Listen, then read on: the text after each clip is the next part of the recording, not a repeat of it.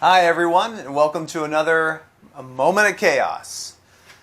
Uh-oh, what's this? I have my notes out. That usually means something like a top 10. And you would be right. Today, we are going to look at something I wanted to do on the Adam and Chris show, but I'll do it now. Chris can always do his own Moment of Chaos and come back with whatever. But this is, in my opinion, the top 10 video game franchises that were hurt by publisher interference. And it's important to note franchises. I know there are individual games that were hurt just because publishers are like, oh, do this and do that. But we're going to look at franchises, series, that usually delivered great games. And because they were successful, the publishers are like, well, we're going to do this, tweak this, change that, and it hurt them. It might not have ended them. I mean, some could have bounced back. But we're going to look at what I feel are the top 10 offenders. So, without further ado, let's get into it. Number 10. Diablo.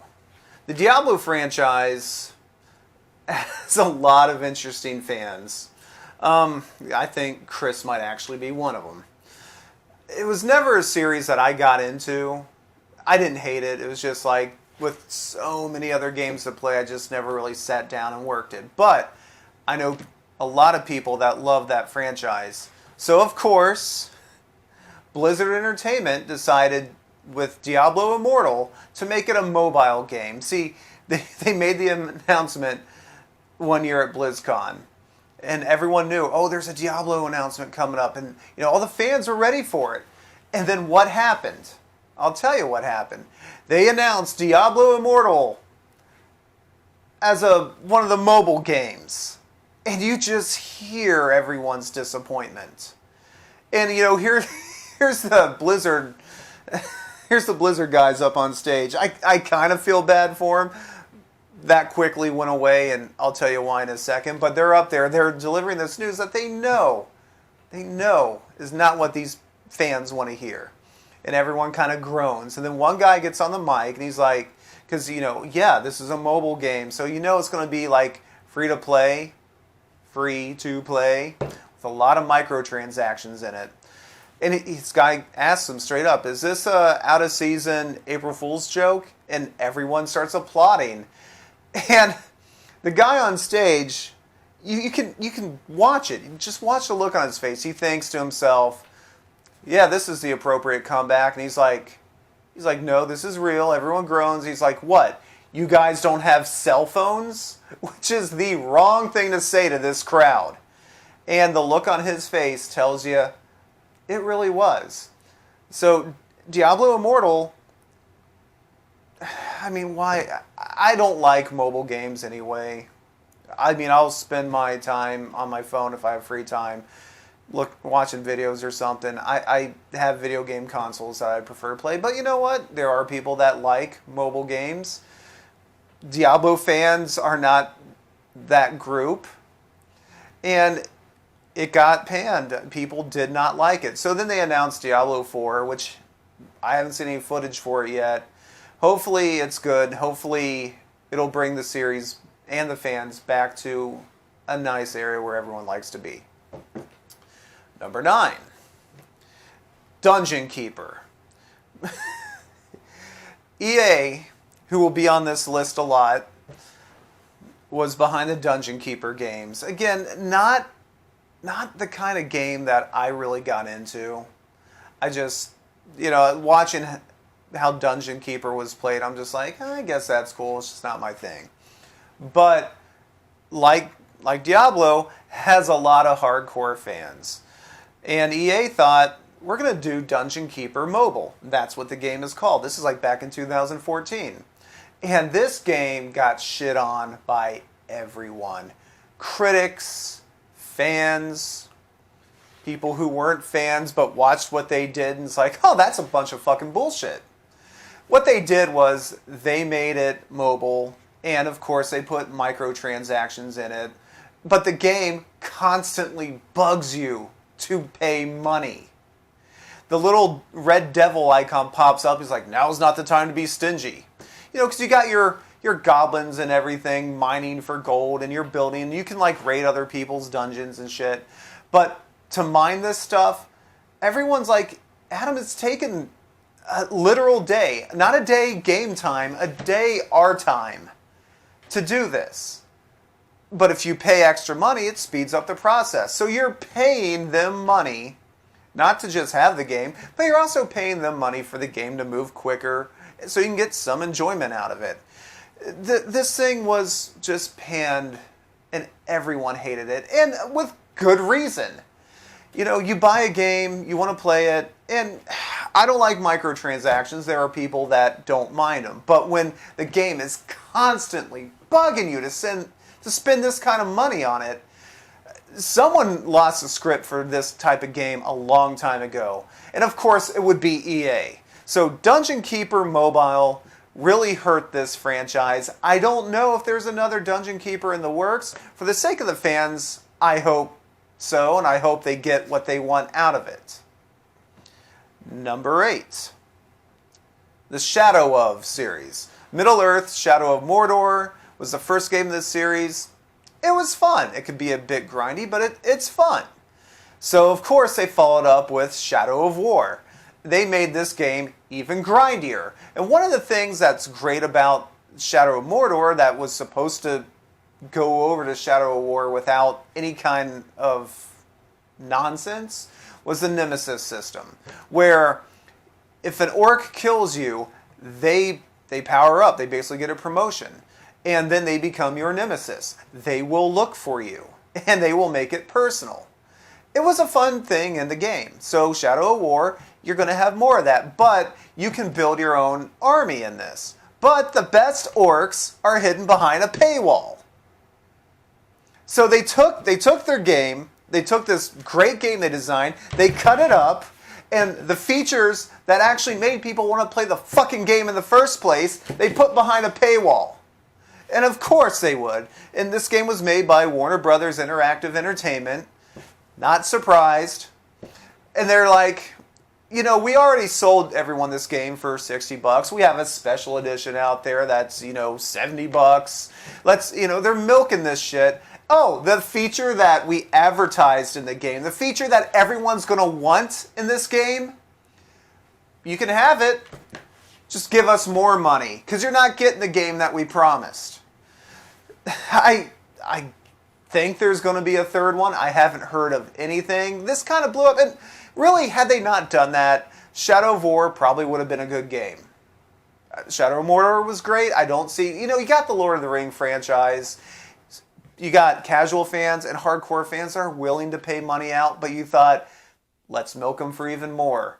So I hope if they do a third one, they've learned from this and just make a game. Make a fun game. There's nothing wrong with having a fun game. Please learn that. Number 7. Sonic the Hedgehog. Sonic. I remember, and I'm showing my age here, in the 90s, Sonic games were just a license to print money. Sonic was popular. Sonic was Mario's rival. When Sega made consoles, Sonic was their mascot. And they were dropping games, even like weird games like Sonic Spinball, which was still fun. Sonic and Knuckles. And if you hooked another Sonic game on top of that, you could play Knuckles instead of Sonic. Certain games weren't compatible, but it gave you like a little bonus game to play since it wasn't going to work. So Sonic was popular. Cartoons, comic books. Sonic has a fan base. So in 2006, they decided to redo Sonic. And it is a remake. It is not a reboot to the franchise. I don't see it continuing on what they established in these other games. But they made this game to be totally different because, it's 2006. They have to grow. They have to try new things. But Sonic 2006 was a broken mess. The controls didn't work. The game was buggy. It had this weird twist in this story where Sonic and a human princess were a couple. I don't know, because this game was just too much for me. I was like, fuck it. But yeah, that's where this turn started. And I know the games have to evolve. Look how Mario's done.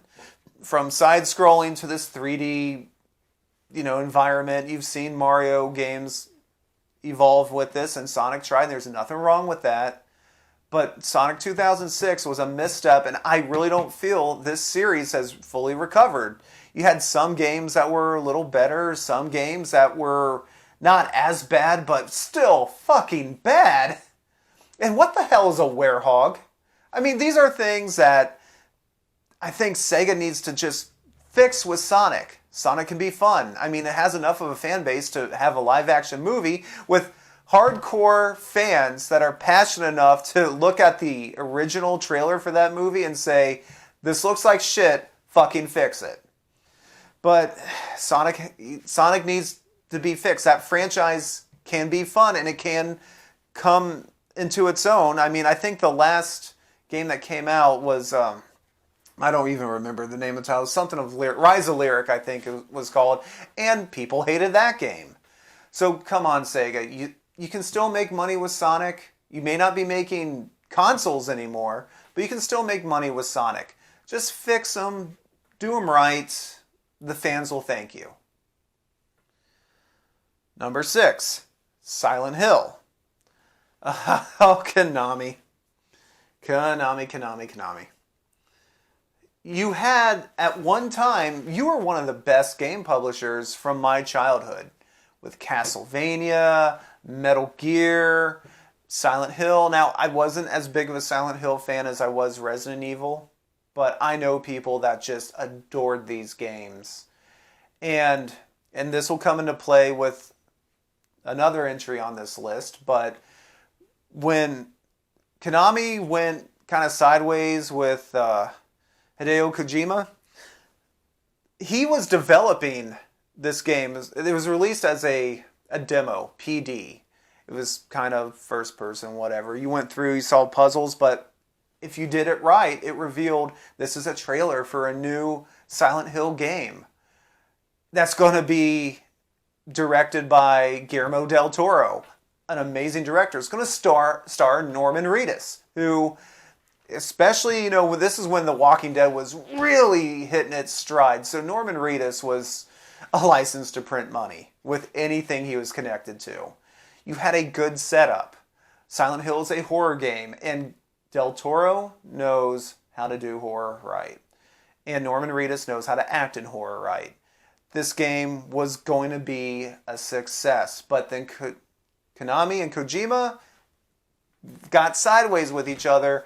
They severed ties with Kojima and canceled this Silent Hill game. And we've not seen another Silent Hill entry anywhere. And I'm not counting the stupid pachinko machines. You dropped the ball with this, Konami. You dropped the ball a lot with a lot of things. But you have really hurt that franchise. Are you going to do any more Silent Hill? I know a lot of people that want to know. Number 5. Speaking of Konami, we got Metal Gear. Metal Gear stretches back to even the Nintendo days. But Metal Gear really hit hard with Metal Gear Solid on PlayStation. That was when I really got into it. I mean, I tried playing the first Metal Gear on Nintendo when I was a kid. I didn't really get what they were going for back then. But Metal Gear Solid really refined it, and everyone I know got into it. It's a great game. We fast forward, we're up Metal Gear 2, 3, 4, and 5. And then all the little side Metal Gears also. And Metal Gear 5 was pretty good. But then Kojima and Konami severed ties. You saw it at that Game Awards that year when they wouldn't let him go. They wouldn't let him do press for Metal Gear 5 or anything. And this was the last one Kojima was going to make since he's not tied to Konami anymore. So Konami thought, well, we don't need Kojima. We can still do Metal Gear games. We own the rights. So they did Metal Gear Survive, which you don't want to survive when you're playing this game. It doesn't star Snake, the main character. No, you're some other guy that gets tossed into an alternate dimension and fights zombies. Because if there's one thing Metal Gear was missing, was zombies. It was a horrible game that was pissed and shit on by fans and critics. And I'll tell you, I tried playing it, when they were offering it up on a Xbox Live. I didn't like it. I mean, it was one of those games that I tried to play. I really tried to separate how I felt what Konami did with Kojima, and this game's just not good. Metal Gear was built around stealth, but there wasn't really a whole lot of stealth in this game. Then Konami actually had the balls on top of that to be like, you know what, if you want an extra save file, it's going to cost you. It's not worth it. Especially in that game, it's not worth it. So, everyone said, this sucks. And Konami's like, we're just going to make gambling machines now. So what's going to happen with the Metal Gear franchise? Where does the series go after Survive? I would hate for Survive to be the note it ends on, but how are you going to do Metal Gear without Kojima? I don't really know. You got to bring someone in that knows what they're doing, that understood what Kojima was doing. Even some of the weird shit that Kojima was doing in those games. There's still a way to salvage this, but Metal Gear Survive really hurt Metal Gear. And so far, Konami hasn't even acted like it wants to bounce back. Number 4, Fallout. You knew it was coming. You knew it was going to be on this list. Fallout. Fallout 3, Fallout 4 were huge successes that brought a lot of attention to a relatively unknown game series. I had never even heard of Fallout until Fallout 3. And looking at the original Fallout, I'm like, okay, I see why I might have passed this up. But no, Fallout 4 was great. And then Bethesda decided, we're going to release Fallout 76. Fallout 76 is more of a multiplayer, online type thing that the other Fallout games weren't really meant to do, and they couldn't do it. And Fallout 76 had a lot of problems, being buggy, issues with the controls. The engines that they used to make this game were not meant for the style of game that they wanted to do. But on top of that, there's more controversy with this. Because Fallout 76 had a special edition, and I'm sure a lot of you are familiar with this story, but I'm going to reiterate it. This special edition was going to come with all these extra things, including a canvas duffel bag. Of course, people that bought that and sent away and said, hey, I want my canvas bag, the makers realized canvas is too expensive. We're going to make nylon bags, cheap-ass nylon bags. So when the bags arrived, obviously the people are like, this isn't what I ordered. These things suck. And they launched a complaint. And eventually people got canvas bags after a lot of bullshit. And there's so many odds and ends to this story. I don't have time to go into it. If you really check out any of Jim Sterling's videos on it, he goes into depth in this shit. I'm just trying to give you the cliff notes. People got fucked over with canvas bags. And then there were these Fallout helmets that they were using for a promotion that they ended up having black mold in them. Now, that's not exactly Bethesda's fault, but it was still tied to Fallout 76. So all this is adding up, just one big shitstorm. And then they had the balls with a game that people were complaining about that was broken, that not a lot of people were playing. They said, here's a Game Pass we're going to sell for $100. $100 for a Game Pass, which is way more than any Game Pass that I'm familiar with, and I don't even buy the fucking things. But they're like, here's $100. You're going to get certain things, like you're going to get, you can have a chest to put everything you crafted and all your supplies. It's going to be unlimited stuff you can put in there. So it's not going to fill up and you'll have to, get rid of things. It's going to be unlimited. Well, they patched the game and it deleted everyone's stuff that they put in these. So that's embarrassing. Also, they promised you would have your own private servers if you paid out this $100, and you can get your own game basically, and you and your friends can play in it, and it's private. You decide who comes in and who doesn't. That didn't work as planned, and people's games are being invaded by people they didn't know. So this all built up to Fallout because they wanted to do a live service, and they did Fallout 76. It's a blemish on the Fallout crowd. It's a blemish on the Fallout franchise, a franchise that was making them money. Fallout 3, Fallout New Vegas, Fallout 4. There might be some other Fallouts I'm missing in there. But the point is, they made a cash cow, and then they shot the cash cow and killed it. Fallout 76, for the most part, most people hate this. I've met people that are like, if I don't spend a lot of money, I'm entertained for a couple hours. And that's fine if you are. But I think we all agree that this is a game franchise that was hurt by this entry. And Fallout 76 has been a punchline ever since. Number 3. The Star Wars Battlefront series by EA. Yes, EA managed to snag a sweet deal about being exclusively the only ones to make video games for the Star Wars franchise. And you had a new movie coming up, Force Awakens. It was on the horizon. So hey, let's time this. Let's release this game around the time this movie comes out. And what did they do with the first game? Just nothing but multiplayer bullshit. There's not a single-player campaign, story mode, or anything.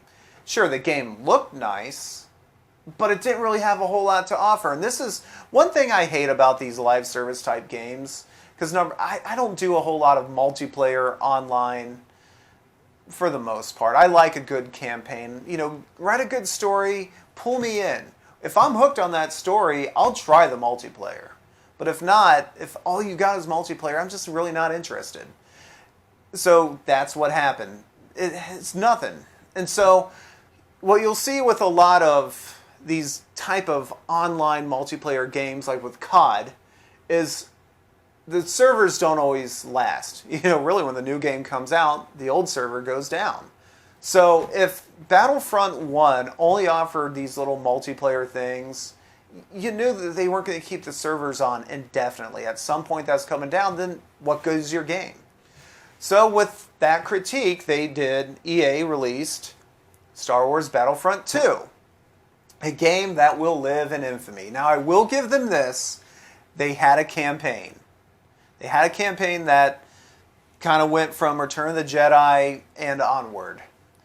The problem is the campaign really isn't that long. They really didn't put a whole lot of effort into it. They promised you could play as the Empire, and you play someone that worked for the Empire up until after Return of the Jedi. And then they joined the Alliance. They joined the Rebel Alliance. So that was kind of a letdown for a lot of people. I've played the game. I beat it. It was fine for what it is, but I never felt the need to really go back. But that's not what you all want to hear. All of you want to hear about the main controversy. Because they put loot boxes in this game. They loot boxed the hell out of this game and made it grindy. So if you're doing these multiplayer matches and you want to play classic Star Wars characters, Luke Skywalker, Darth Vader, Han Solo, I mean, they even threw in Kylo Ren, Obi-Wan Kenobi, all these characters, you had to grind. And someone really narrowed it down. You had to grind for 48 hours to get Darth Vader. That's bullshit. But when people complain to EA about the loot boxes, and you're not even getting, it's not like, oh, I'm going to buy Vader with this loot box. You pay for this loot box, it opens up, whatever's in it is in it. So you're basically gambling. You're trying to hit that jackpot, but you don't know what you're getting. And it pissed a lot of people off. And so EA's, one of their worst mistakes, at least with this franchise, was they decided to go on Reddit. And you know this is the most downvoted Reddit comment ever. When people are bitching about how grindy the game is and, pay us money and you might get what you want on top of the money you already paid to get the game. EA spokesperson comes back and they're like, well, yeah, but we did this because we want to give our players a sense of pride and accomplishment. Basically, if you grind through all that and unlocked what you wanted, don't you feel accomplished? Don't you feel proud of yourself? And people just shit on them. I mean, also within that comment, they said things like, oh, you don't want to customize Star Wars characters because someone might make a pink Darth Vader. And there shouldn't be a pink Darth Vader. And who cares if there's a pink Darth Vader? Anyway, this comment, the most downvoted in all of Reddit history, EA has really hurt this thing. I mean, really, people were joking about EA losing their contract with Disney to make Star Wars games after how bad the backlash for this was. Ironically enough, they released the great Jedi Fallen Order game, a single-player game that I don't see any microtransactions for. It's an excellent game, plays kind of like Dark Souls. They didn't even really advertise this game the way they did Battlefront 2, thinking that was going to be their big money maker. And what do you know? This single-player game with a great story has more respect for itself. Like, all the fan base respects this more than Battlefront 2, because, you know, they just saw everyone as cash cows and they tried to milk them. They didn't give a fuck. So, yeah, the Battlefront series may not have a third one. Maybe it will. We gotta say, this franchise was really hurt by EA saying, put these loot boxes in there. Oh, EA, will you ever learn? Will you be on this list even more? Number 2, Medal of Honor. Hey, look, everyone, EA's back. Medal of Honor. It started off like Call of Duty, but it was a first-person shooter. First game came out in 1999, but it was set in World War II. That's where this, really picked up. You ran around fighting World War II, first-person style. It had a fan base, had a big fan base. A lot of people I know love that game. I'm picky with my first-person shooters, so I was more into Doom than I was this, but I can see the appeal. And it was, hit after hit, game after game, 13 games, no problem. The 14th game came out, Medal of Honor Warfighter. Well, what happened with this? Well, modern day just was not what people wanted when it came to Medal of Honor. They did not want, another Call of Duty ripoff. They wanted this timepiece, basically. They want these World War II games. Now, EA botched this big, and what do you know? Medal of Honor Warfighter did not sell. At least it did not sell as well as they would have liked. So what did EA do? They stopped making them. Now, truly in the future, maybe they're counting on nostalgia, and then they'll announce a new Medal of Honor game, and, we'll have that. But they changed what people loved, then we're shocked when it didn't sell as well, and people did not like those changes. So, another game that EA hurt, another franchise that EA hurt, and we haven't seen a Medal of Honor since. And the number one game on here, the number one game franchise hurt by publisher interference is Dead Space. And really, Dead Space has to be number one, because it wasn't just hurt by publisher interference, it was murdered by publisher interference. Completely ruined. And what do you know? It's an EA game. Big fucking surprise, right? If you don't know Dead Space, it's a wonderful horror survival game set in space. It had very unique looking creatures. It was atmospheric. It was scary. It was gory. It was fun. It was a hit that EA was surprised. The first game did so well. So, of course, Dead Space 2 comes out. And EA really tried to, milk this. They did a comic book. They did some animated films to all tie into this. Dead Space 2 was a lot of fun also. Now we get to Dead Space 3. And EA EA'd itself. That's what it did.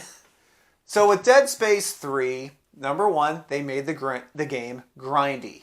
Because of course they did. They put microtransactions in it. Because of course they did.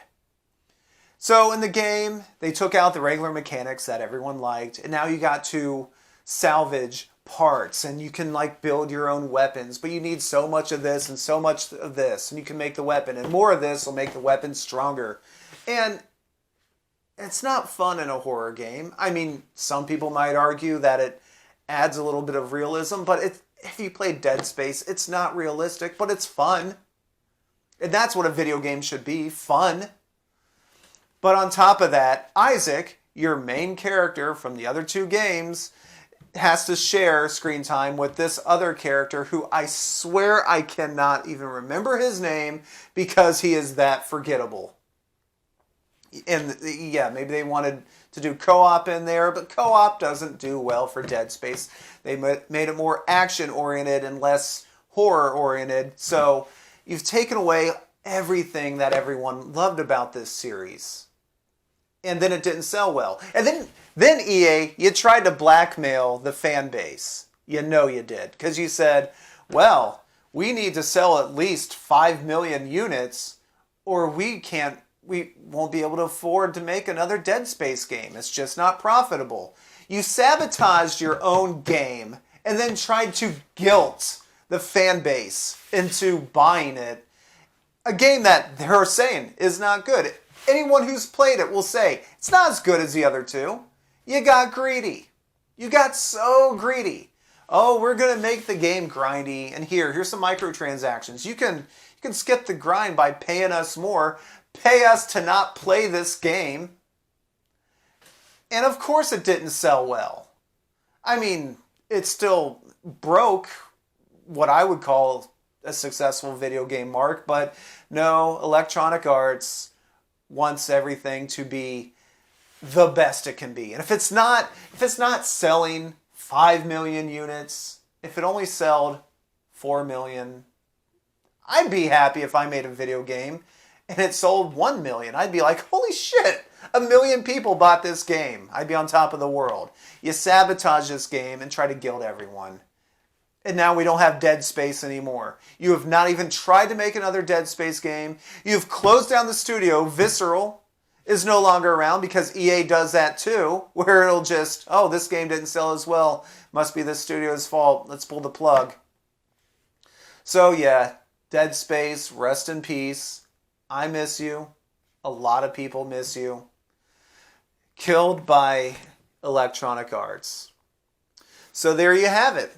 The top 10 video game franchises that were hurt, or in Dead Space's case, murdered by publisher interference. If I have missed any, let me know. Let me know in the comments section below. If you like this video, give it a thumbs up, subscribe to the channel, check out the rest of our content. Let me know what you like. You can follow us on social media. We're talking Twitter, Facebook, Instagram, and maybe Chris's OnlyFans page. We'll figure that one out. Although, if you thought Dead Space was scary. So, this has been a moment of chaos, and I'm St. Adam. I will see you all later.